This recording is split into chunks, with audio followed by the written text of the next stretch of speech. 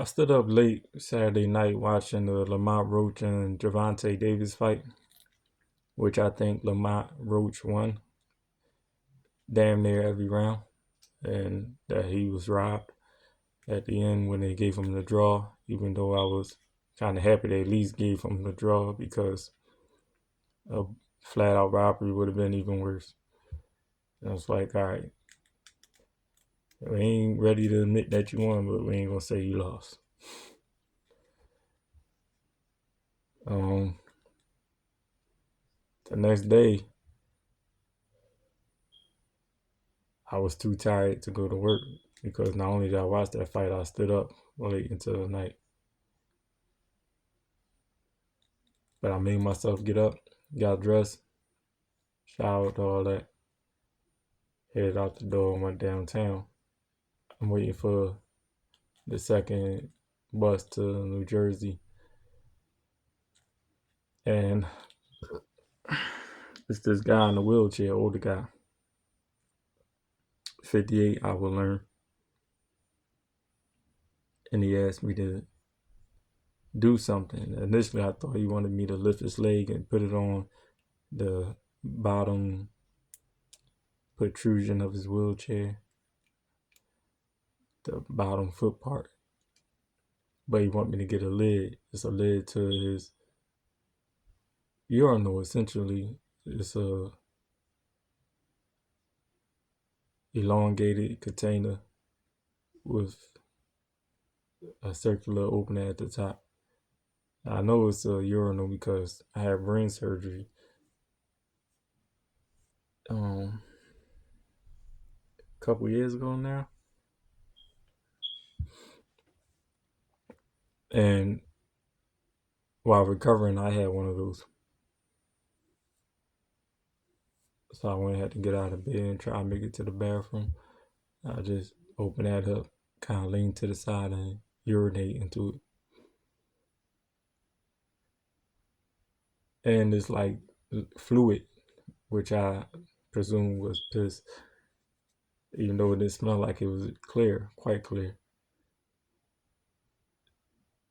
coming from under his chair and going down towards the street.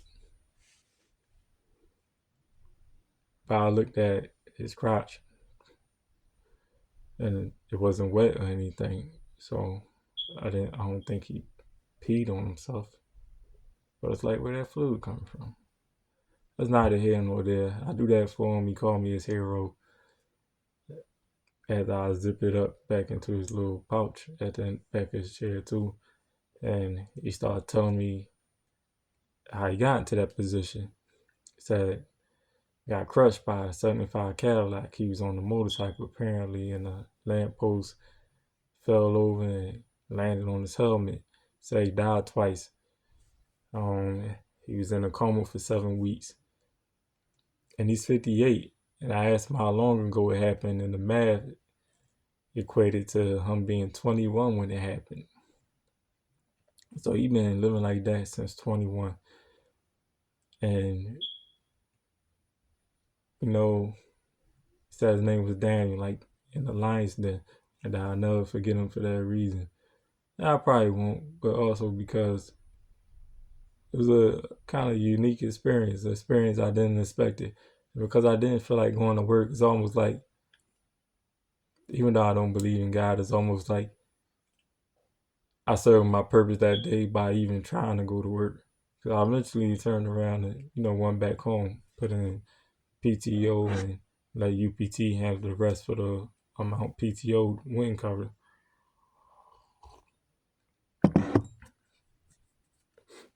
But it was a interesting experience to see somebody who's been living like that for over 30 years and still being somewhat optimistic.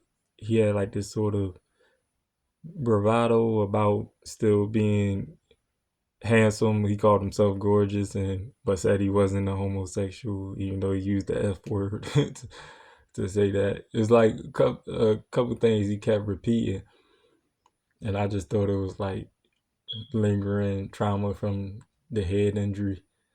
That he forgot he told me some of these things, but he will mention quite a few things. And said his penis still worked. I guess he was like a playboy back in the day because he talked about sleeping with people's eyes and stuff.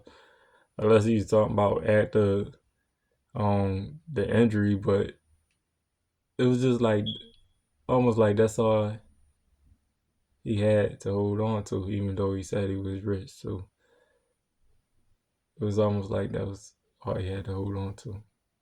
Because in the moment of vulnerability, he also said he was lonely. And when his bus came, because he told me which one he was catching, I held it and made sure the bus driver knew he wanted to get on it.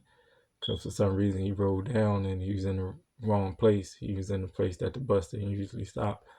So he had to come back, and the lady got off and helped him onto the disability ramp or whatever you want to call that thing, and went on his way. And shortly after that, I just went home because the bus was taking too long. I was already out the door late, and I really didn't have the energy or the motivation to go. I don't have it today either, but I'm gonna go because gotta make a living, right? But I don't know. I guess I'll make some sort of sense of the evening later. It just me and him felt like, take care of yourself today, Chris. You don't feel like going? Don't go.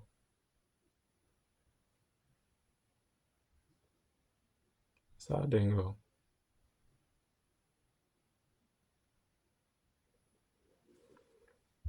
I guess it was about, it sounds cliche, putting things in perspective about what's felt to be important or not.